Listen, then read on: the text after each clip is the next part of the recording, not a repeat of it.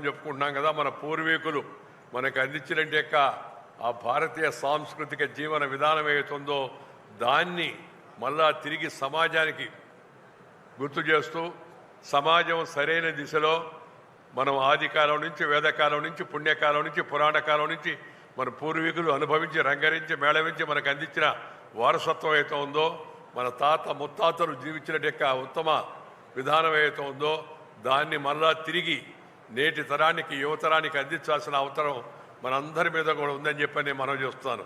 విద్యా విధానం లాంటి మార్పులకు శ్రీకారం చుట్టూ నూతన విద్యా విధానం వచ్చింది. దాన్ని మనం గౌరవించి దాన్ని అందరూ కూడా తప్పనిసరిగా అన్ని కళాశాలలు అన్ని ప్రభుత్వాలు దాన్ని అమలు చేయాల్సిన అవసరం ఉందని నేను భావిస్తూ ఉన్నాను. ఎందుకంటే సమాజంలో జరుగుతుండే పరిణామాలు అప్పుడప్పుడు మనకు ఆందోళన కలిగిస్తూ ఉంటాయి. పత్రికలు చదివితే నేను వాటిని పేర్కోవడం నాకు ఈ సందర్భంగా ఈ శుభదానంగా ఇష్టం లేదు. చూస్తున్న వార్తలు కొన్ని ఎంతో విచిత్రంగా జుగుప్సాకరంగా ఆందోళనకరంగా బాధాకరంగా మనకు ఉంటున్నాయి. కుటుంబ వ్యవస్థ కొంత అక్కడక్కడ కొంత చిన్నాభిన్నమై దానికి బీటలు వాడుతూ ఉన్నాయి. కుటుంబ వ్యవస్థకు రెండు సామాజిక సమైక్యత కూడా కొంతమంది కులం పేరుతో మతం పేరుతో వర్గం పేరుతో వర్ణం పేరుతో భాష పేరుతో మతం పేరుతో జనాన్ని చీల్చే ప్రయత్నం చేస్తున్నారు. ఎవరి కులం వాళ్ళకు ఉంటుంది, దాని గురించి మనం ఏమి చింతించాల్సిన అవసరం లేదు, మంచిదే. కానీ కులము కన్నా గుణము మిన్నా అనే విషయాన్ని మనం తప్పనిసరిగా గుర్తించాలి. మొదటిది కులము కన్నా గుణము మిన్నా, రెండవది ధనము కన్నా గుణము మిన్నా, మూడవది చదువు కన్నా సంస్కారం మిన్నా అనే విషయాన్ని గుర్తించి విద్యావేత్తలు అలాగే విద్యారంగంలో పనిచేసే వాళ్ళందరూ ఈ మూడు విషయాలపైన ఎక్కువగా దృష్టి పెట్టి సరైన దిశలో సమాజం వెళ్ళేట్టుగా సరైన పద్ధతిలో మనం సమాజంలో విభిన్న రంగాల్లో పనిచేసే వ్యక్తులు శక్తులు అందరూ కూడా ఆ దిశలో ముందుకు వెళ్ళేట్టుగా మనం పునరంకితం కావాల్సిన అవసరం ఎంతో ఉంది. దాంతోపాటు మన సాంస్కృతిక పునరుజ్జీవనాన్ని మళ్ళీ మనం ముందు పెట్టాలి. కల్చరల్ రినైజాన్స్ అంటారు దాన్ని. ఇది చాలా అవసరం. అప్పుడే మన యొక్క ప్రత్యేకత నిలబడుతుంది. ప్రపంచమంతా కూడా ఒకప్పుడు భారతదేశం వైపు చూసేది. మన విశ్వగురు అనేవాళ్ళు, విశ్వానికి గురు అని. ఇది నేను చెప్పే మాట కాదు. విదేశ యాత్రికులు సైతం హ్యూయన్ సాంగ్ పాహియాన్ లాంటి అనేక మంది వచ్చి మన భారతదేశాన్ని సందర్శించి నలంద తక్షశిల విక్రమశిల ఆ విశ్వవిద్యాలయాన్ని కూడా చూసి ఈ జీవన విధానాన్ని చూసి ప్రశంసించారు. అందుకే భారతదేశం అంటే మన సంస్కృతి అంటే మన సాంప్రదాయం అంటే మన పద్ధతులు అంటే ప్రపంచం గౌరవిస్తుంది ఈనాటికి కూడా. కాబట్టి మన కుటుంబ వ్యవస్థను మనం కాపాడుకోవాలి. కలిసి ఉంటే కలదు సుఖము అనే విషయాన్ని మనం గుర్తుపెట్టుకోవాలి. పరిపాలనా సౌలభ్యం కోసం రాష్ట్రం రెండు భాగాలు అయినప్పటికీ కూడా మనందరం తెలుగువారం, మనందరం భారతీయులం. వేషం భాష వేరైనా మనమంతా భారతీయులం. అలగ్ భాష అలగ్ వేష్ ఫిర్ భీ అప్నా ఏక్ దేశ్, వివిధత మే ఏకత భారత్ కా విశేషత అనే విషయాన్ని మనం గుర్తుపెట్టుకోవాల్సిన అవసరం ఎంతో ఉంది. మాతృభాషను ఇంటిలో వీధిలో గుడిలో బడిలో అమ్మ ఒడిలో వచ్చిన భాషను మనం మన యొక్క జీవితంలో వాడుకోవాలి. ఆ తర్వాత సోదర భాషలను గౌరవించాలి. ఆ తర్వాత దేశ భాషలను గౌరవించాలి.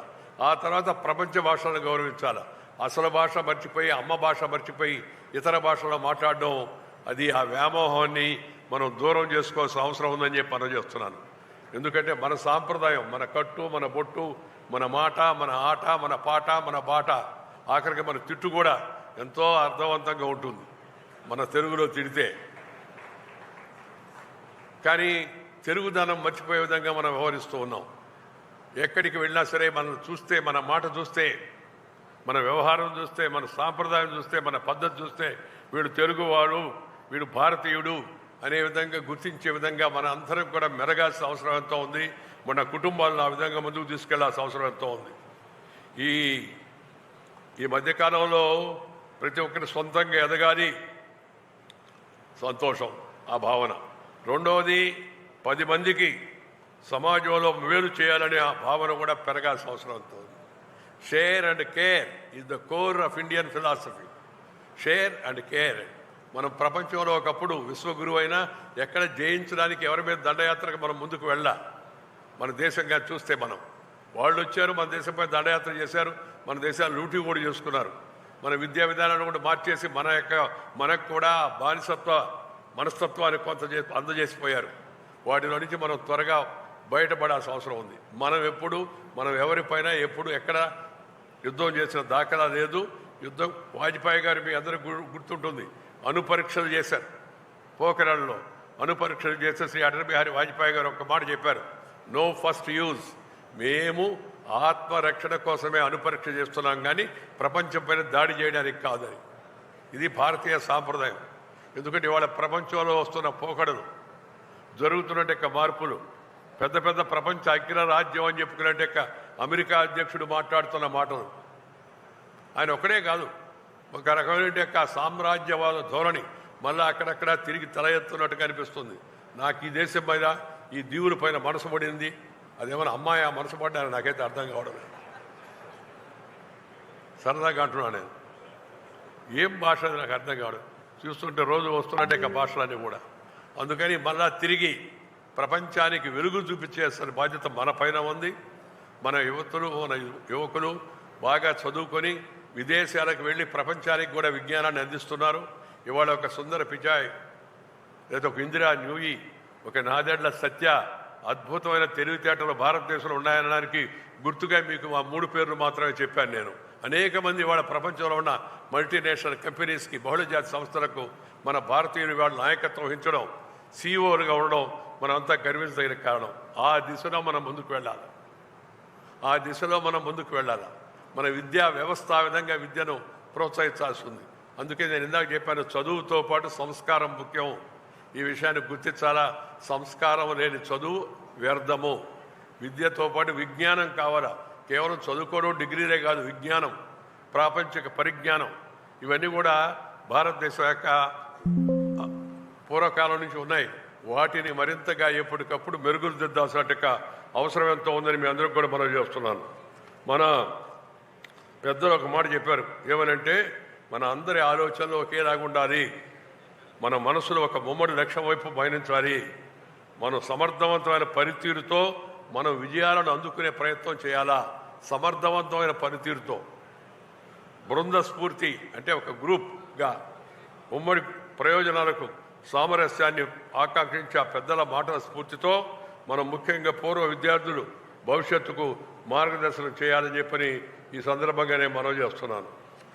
అలాగే ల్యాండ్, ఎండ్ అండ్ రిటర్న్, మనం మళ్ళా తిరిగి ఎక్కడికన్నా వెళ్ళినా, ఏ దేశాలకు వెళ్ళినా ల్యాండ్, ఎండ్ సంపాదించుకో, తిరిగి వచ్చి మళ్ళా మాతృభూమికి, మన పుణ్యభూమికి మళ్ళా సేవ చేయి, మన కుటుంబాలను చూసుకోవాలి. అనే విషయాన్ని అందరూ గుర్తుపెట్టుకోవాలి.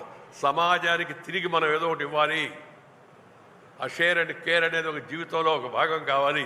సేవ లేని జీవితము నిరర్ధకము. ఇవాళ ఈ పర్వతనేని బ్రహ్మయ్య, ఈ సిద్ధార్థ కళాశాల కూడా ఈ విజయవాడ ప్రజలకు, ఆంధ్రప్రదేశ్ ప్రజలకు సేవ చేసేందుకు ఒక ఉపకరణం. ఇది ఒక సేవా సాధనంలాగా. అంటే మంచి తెలివినివ్వడం, మంచి చదువునివ్వడం, అది కూడా సేవే కదా. అలాంటి మంచి సేవ చేసేట మార్గాన్ని అందరూ ముందుకు తీసుకెళ్ళాలి.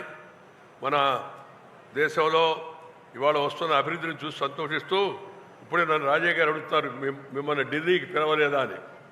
ఢిల్లీలో కృత్రిమ మేధస్సు సదస్సు జరుగుతుంది.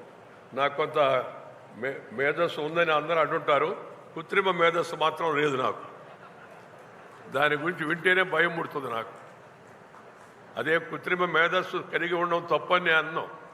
ప్రధానమంత్రి నరేంద్ర మోడీ గారు నేను చెప్పారు కృత్రిమ మేధస్సు అని.